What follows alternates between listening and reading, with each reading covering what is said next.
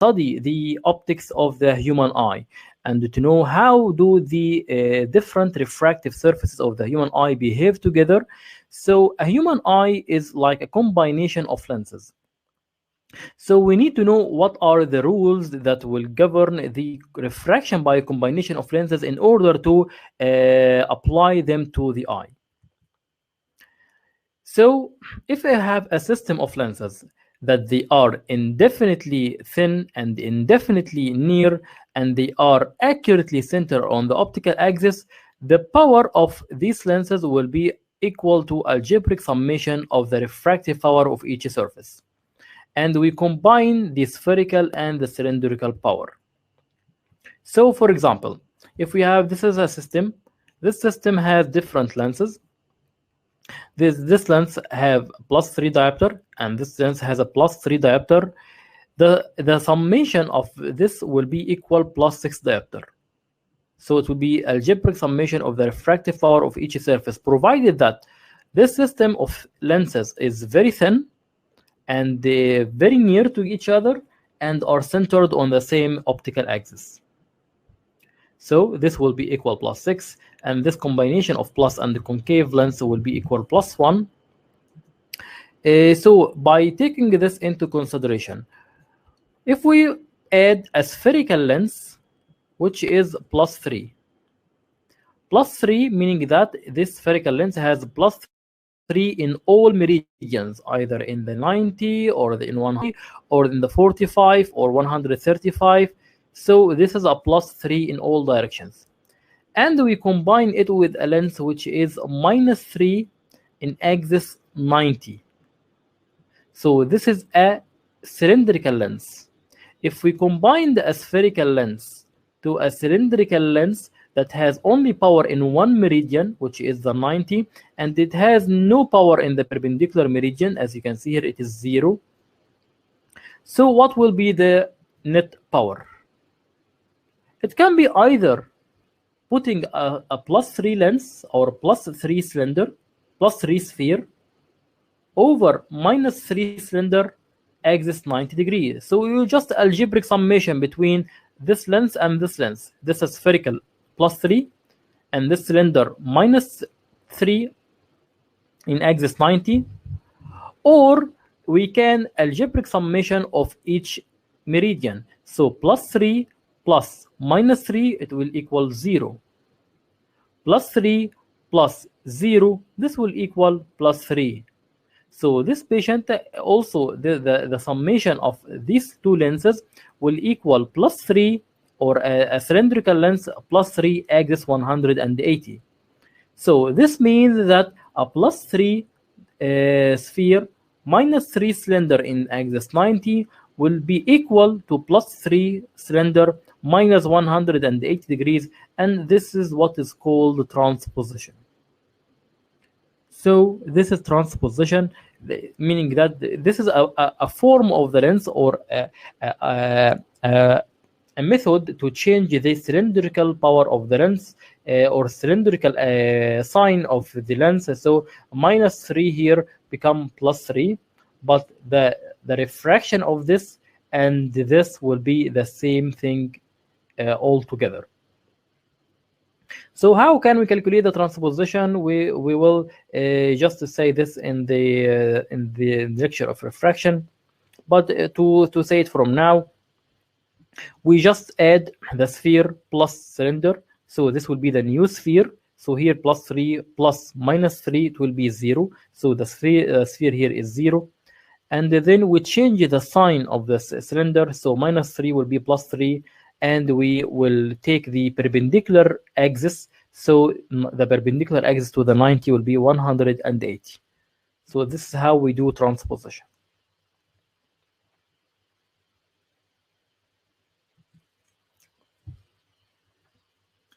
So what happens if we don't use or we use a thick lens or a group of thick lenses? So we said that in order to have the thin lens formula with algebraic summation of the total power of all lenses, we have the lenses to be indefinite fine or indefinitely thin and close to each other, and they are centered on the same optic axis.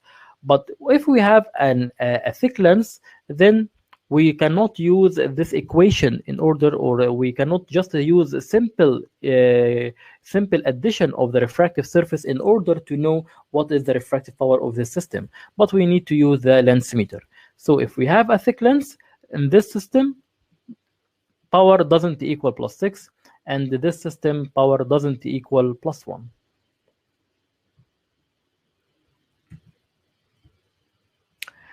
If we have increasing the distance between the two lenses, will increase the power of the system, but with two limits. So for example, if we have here is a lens, that this will be the focus of the lens, and we have here another lens that is put in front of the first lens. So this is called a thick lens, and these lenses are separated by distance, and this lens doesn't act as a thin lens. So the net power is not equal to the refractive power of each surface. And the more the distance of these two lenses that will increase, this will lead to increasing the power of the system, but to a limit.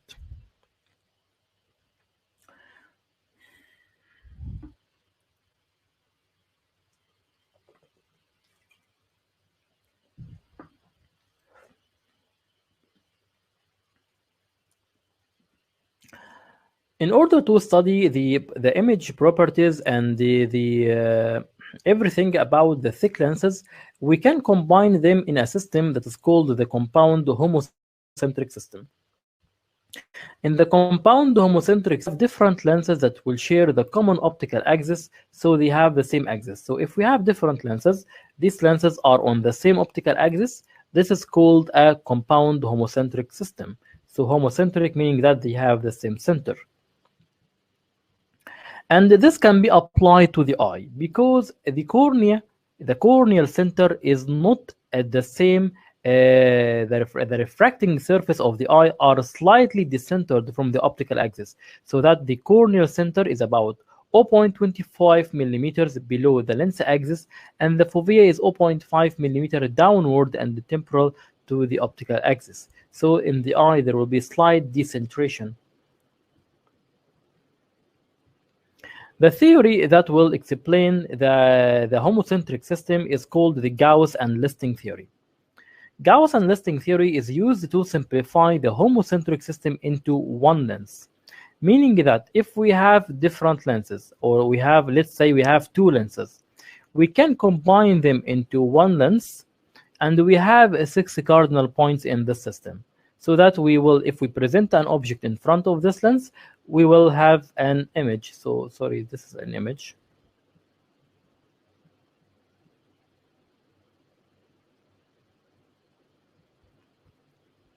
So in this condition, we have 6 cardinal points on the axis. So we can, from which we can detect the characters of the image. And the planes normal to the axis are at these points are called the cardinal plane. So here is the cardinal plane, and here is the cardinal plane. So what are these principal points? The 6 cardinal points consist of the first and the second focal points. So we have F1 and F2. We have the first and the second principal point. So this will be P1 and P2. And we have the second nodal point, which is the N1 and N2.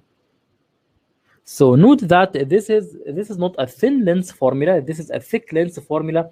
That's why the N1 and the P1 and the P2 don't coincide, and the N1 and the nodal point doesn't coincide with the principal point.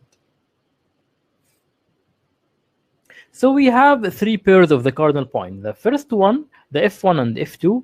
The F1 will be the first principal focus of the system, from which is the meeting of the parallel rays emerging from the system as any F1.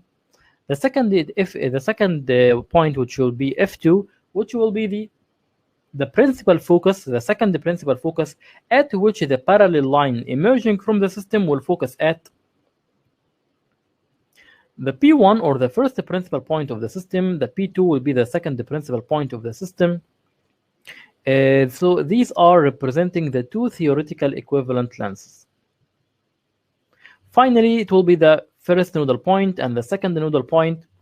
So a ray passing from the first nodal point will emerge through the second nodal point parallel to original course. So in order to understand this theory, Gauss and Listing postulated that if we have a light ray that will pass into the N1 or the first nodal point through this compound homocentric lens system, it will emerge from the N2 parallel to the N1 or parallel to the incident ray. So the incident ray will be parallel to the emergent ray. So by simple methods, this angle will be equal to this angle. And this is important in order to prove the law of the thick lens formula. So here we have, this is an object, and this object have a parallel ray that will pass into the compound system and now will deviate to pass through the F2 in order to form this image. And we have a line that pass through the N1, then pass into the N2, and then emerge from the system parallel to the incident ray. So incident ray will be parallel to the divergent ray. So that it will be we will be able to calculate the rules of this equation. Then we have a ray that will pass through the F1 enter the system, and then it will emerge parallel. So all the light rays will come to a focus. This focus will make a real inverted image, as we can see here. So this is the object, this is the image, this is called O dash, or the like the same length of the object, and this is called the I dash, which has the same length of the image. This is U, which is the distance of the object, and this is V, which is the distance of image. This is F1, or the first focal length, and this is the second focal length. L1 is the distance from the object to the first focal point, and L2 is the distance between the image to the second focal point. So according to the simple math, these are what's called simple or similar triangles. These are similar triangles, and also these are similar triangles. You don't need to know what is the proof, but I'm just telling you to understand. So from simple math, we know that from similar triangles, so the object divided by image dash will be equal to L1 divided by the F1. Again, object divided over I dash, or the image size, will be equal to the distance from the object to F1 divided over the first focal length.